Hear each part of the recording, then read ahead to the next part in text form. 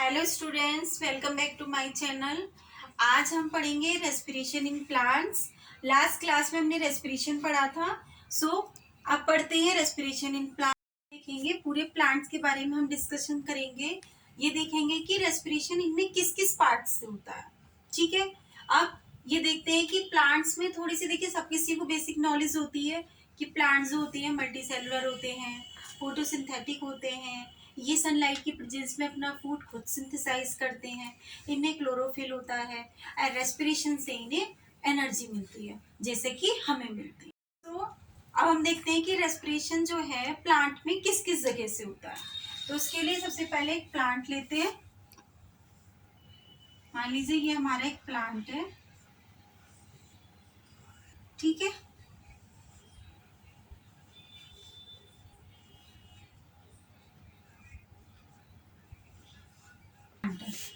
ये हो गया स्टेम,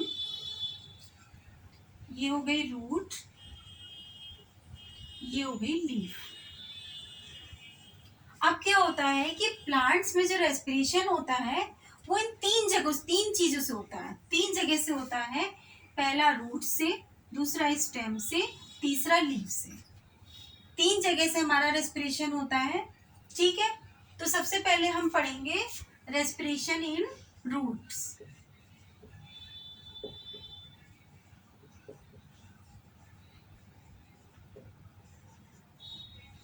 तो सबसे पहले हम रेस्पिरेशन इन रूट्स के बारे में पढ़ेंगे। मैंने आपको बताया कि लीफ, स्टेम एंड रूट के थ्रू रेस्पिरेशन अलग अलग होता है। लीफ में अलग, स्टेम में अलग, रूट में अलग रेस्पिरेशन होता है। सबसे पहले हम रूट्स में देखते हैं। रूट्स में क्या होता है, ये रूट्स है, ये हमारी सॉइल पार्टिकल्स हैं। रूट का काम क्या होता है? रूट का काम होता है प्लांट्स को पकड़ के रखना, मतलब उनको एनकरेज प्रदान करना। क्या होता है? ये होता है रूट का काम। रूट का काम क्या होता है? प्लांट्स को सॉइल में पकड़ के रखना, दबा के रखना, है ना। तो ये रूट है, ठीक है। ये रही रूट आपकी, और ये रहे आपके रूट हेयर। ये क्या है? आपके रूट हेयर, ठीक है। रूट हेयर क्या होता है? ये होते हैं यूनिसेलुलर। रूट हेयर जो होते हैं ये होते हैं यूनिसेलुलर, ठीक। अब हम मान लीजिए सपोज एक रूट को उठा के देखते हैं। एक रूट को अगर हम मैग्नीफाई करते हैं तो हम क्या देखते हैं? ये रूट है, सपोज रूट हेयर है, ये हमारी रूट हेयर,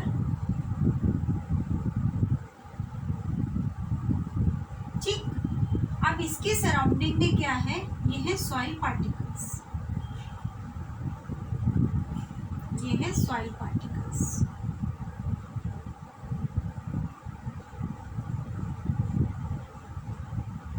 ठीक। ये है सॉइल पार्टिकल्स। अब इनमें क्या होता है रेस्पिरेशन में? यहाँ पर इनके जो बीच में ये जो सॉइल पार्टिकल्स हैं, इनमें गैसेस में ऑक्सीजन की मात्रा होती है, यानी कि ऑक्सीजन बिटवीन सॉइल पार्टिकल्स।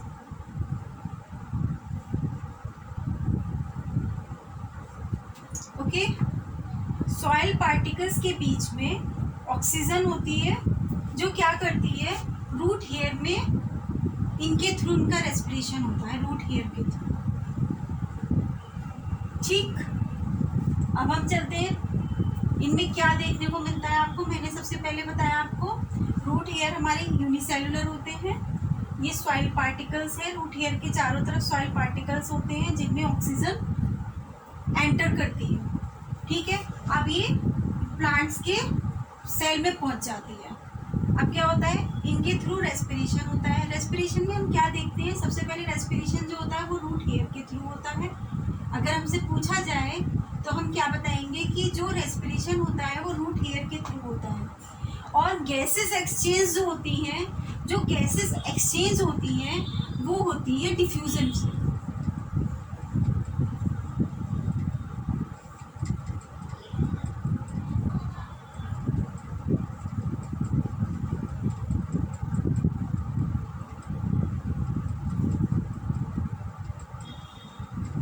जो गैसेस एक्सचेंज होती हैं वो होती है डिफ्यूजन से। आपने देखा रेस्पिरेशन इन रूट्स में क्या बताया मैंने आपको, ये जो रूट्स होती हैं वो हमारे प्लांट्स को एनकरेज प्रदान करती है, एनकरेज करती है। उसके बाद रूट्स में है रूट हेयर जो कि यूनिसेलुलर होते हैं, और रूट हेयर अगर हम एक रूट की हेयर को उठाकर देखते हैं, मैग्नीफाई करके देखते हैं, ये है सॉइल पार्टिकल्स जिनके बीच में ऑक्सीजन प्रेजेंट होती है। ये रूट हेयर में एंटर जब करती है ऑक्सीजन, तब क्या होता है, तब आप क्या निकालते हैं, अगर मतलब आप कंक्लूजन निकाल के देखेंगे तो क्या देखेंगे कि जो हमारा रेस्पिरेशन होता है, एक तो होता है रूट हेयर के थ्रू और दूसरा होता है डिफ्यूजन के थ्रू। ठीक है, डिफ्यूजन में क्या होता है, एक्सचेंज ऑफ गैसेस। अब हम पढ़ते हैं रेस्पिरेशन इन स्टेम। अभी हमने पढ़ा था रेस्पिरेशन इन सॉइल, अब हम स्टेम में पढ़ते हैं। स्टेम में क्या होता है, टू टाइप्स की होती है ये। पहली होती है herbaceous green stem.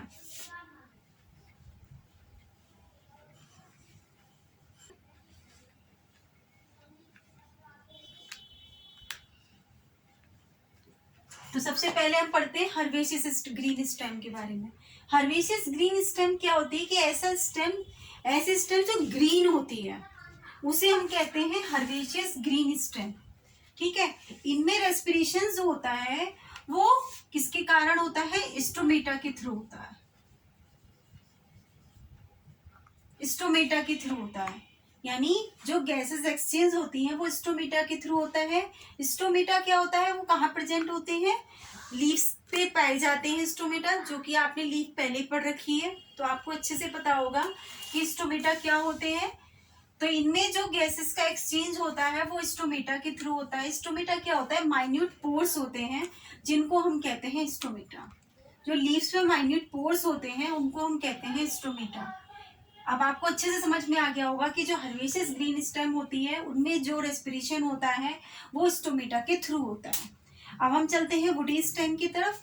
Woody stem में क्या होता है, इनमें क्या होता है, इन ऐसी स्टेम जिनकी पूरी स्टेम जो होती है वो लकड़ी की बनी होती है, वुड की बनी होती है, उसको हम कहते हैं वुडी स्टेम। वुडी स्टेम में जो रेस्पिरेशन होता है वो किसके कारण होता है, लेंटिसिल्स के थ्रू होता है, लेंटिसिल्स के थ्रू होता है। ठीक है, इनमें जो रेस्पिरेशन होता है वो लेंटिसिल्स के थ्रू होता है। वुडी स्टेम के ऊपर क्या होता है, इस पे भी स्टोमेटा की तरह माइन्यूट पोर्स होते हैं, आप ऐसे समझिए, जिसको हम लेंटिसिल्स कहते हैं। हर्बेशियस में स्टोमेटा के थ्रू, वुडी स्टेम में लेंटिसिल्स के थ्रू। ठीक, इनके थ्रू रेस्पिरेशन हो गया। अब हम चलते हैं रेस्पिरेशन इन लीव्स की तरफ।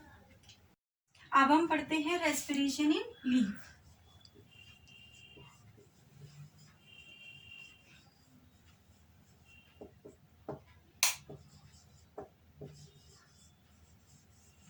रेस्पिरेशन इन लीफ में क्या देखते हैं, सबसे पहले हम एक लीफ को ले लेते हैं, एक लीफ का स्ट्रक्चर लेते हैं।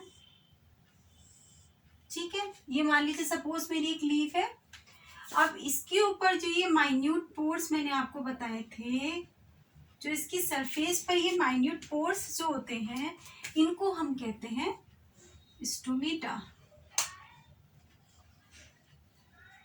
ठीक है, इनको हम कहते हैं स्टोमेटा। अब हम स्टोमेटा को देखते हैं, स्टोमेटा क्या होता है। मान लीजिए ये हमारी क्या है, गार्ड सेल,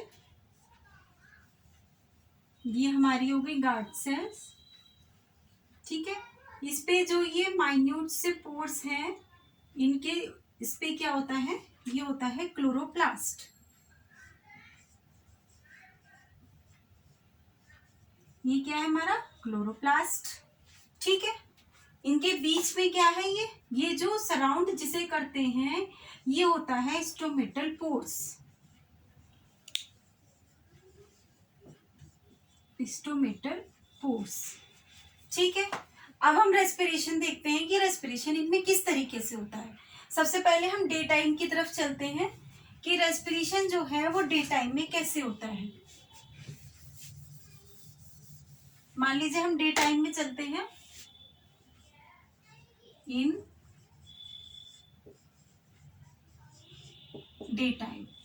डे टाइम में क्या होता है? डे टाइम में होता है फोटोसिंथेसिस की प्रोसेस होती है। फोटोसिंथेसिस की प्रोसेस कब होती है? जब सनलाइट हमारी प्रेजेंस होती है। जब हमारी सनलाइट प्रेजेंस होती है उस समय होती है फोटोसिंथेसिस की प्रोसेस। उस समय क्या होता है कि ऑक्सीजन जो होती है वो हमारी क्या हो जाती है? आउट हो जाती है, और CO2 जो होती है वो हमारी इन हो जाती है, जो कि हमारी CO2 फोटोसिंथेसिस के काम में, फोटोसिंथेसिस के लिए यूटिलाइज हो जाती है। ठीक है, CO2 जो है वो फोटोसिंथेसिस की प्रोसेस के लिए यूज हो जाती है। ये तो हमारा हुआ डे टाइम का स्ट्रक्चर। अब हम नाइट में देखते हैं।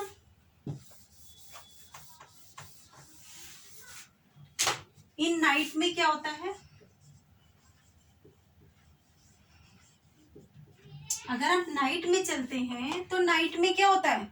नाइट में होती है किस तरीके से रेस्पिरेशन होता है? नाइट में क्या होता है कि जो हमारी CO2 होती है वो हो जाती है आउट, और ऑक्सीजन हो जाती है इन। ठीक है, CO2 हो जाती है आउट, CO2 को ये रिलीज कर देते हैं, ऑक्सीजन का यूज कर लेते हैं। यही कारण है कि हम कहा जाता है कि रात को पेड़ों के नीचे नहीं लेटना चाहिए। इसीलिए नहीं लेटना चाहिए क्योंकि उस समय कार्बन डाइऑक्साइड रिलीज होती है। ठीक है, अब आपने क्या पढ़ा? सबसे पहले पढ़ा respiration in leaves, sorry respiration in root. Root में मैंने आपको रेस्पिरेशन कैसे बताया था? रूट हेयर के थ्रू, दूसरा डिफ्यूजन के थ्रू। दो तरीके से, दो प्रोसेस से होता है, दो कंक्लूजन पाथ में निकलते हैं कि जो गैसेस का एक्सचेंज होता है, दूसरा रूट हेयर के थ्रू। सेकेंड बताया था मैंने रेस्पिरेशन आपको कि रेस्पिरेशन इन स्टेम बताई थी। स्टेम में क्या होता है कि दो तरीके की स्टेम होती है। सबसे पहले होती है हर्बेसियस, सेकेंड होती है वुडी स्टेम। हर्बेसियस स्टेम में क्या होता है कि हर्बेसियस स्टेम में जो रेस्पिरेशन होता है वो होता है हमारा स्टोमेटा के थ्रू। ठीक है, और वुडी स्टेम में क्या होता है कि जो रेस्पिरेशन होता है वो होता है लेंटिसेस के थ्रू, क्योंकि वुडी स्टेम में क्या होता है? वुड का होता है पूरा स्टेम, जो उसमें रेस्पिरेशन होता है वो होता है लेंटिसेस के थ्रू। तीसरा बताया मैंने रेस्पिरेशन इन लीफ। इसमें बताया था मैंने कि लीफ के ऊपर होते हैं, क्या नाम है, स्टोमेटा, सरफेस पे स्टोमेटा प्रेजेंट होते हैं। स्टोमेटा में मैंने आपको बताई थी दो गार्ड सेल होती हैं जो स्टोमेटा पोर्स को सराउंड करती हैं। उसके बाद अगर हम डे टाइम में देखेंगे, डे टाइम में क्या होती है? ऑक्सीजन ये रिलीज होती है, कार्बन डाइऑक्साइड जो होती है वो फोटोसिंथेसिस के लिए यूज हो जाती है, क्योंकि फोटोसिंथेसिस में क्या होता है? ये अपना फूड खुद बनाते हैं। रात को क्या होता है? रात के समय में CO2 को आउट कर देते हैं, O2 को इन कर लेते हैं। आई होप आपको मेरी ये वीडियो समझ में आई होगी, कोई डाउट नहीं होगा। नेक्स्ट लेक्चर में हम पढ़ेंगे respiration in animals. So thank you.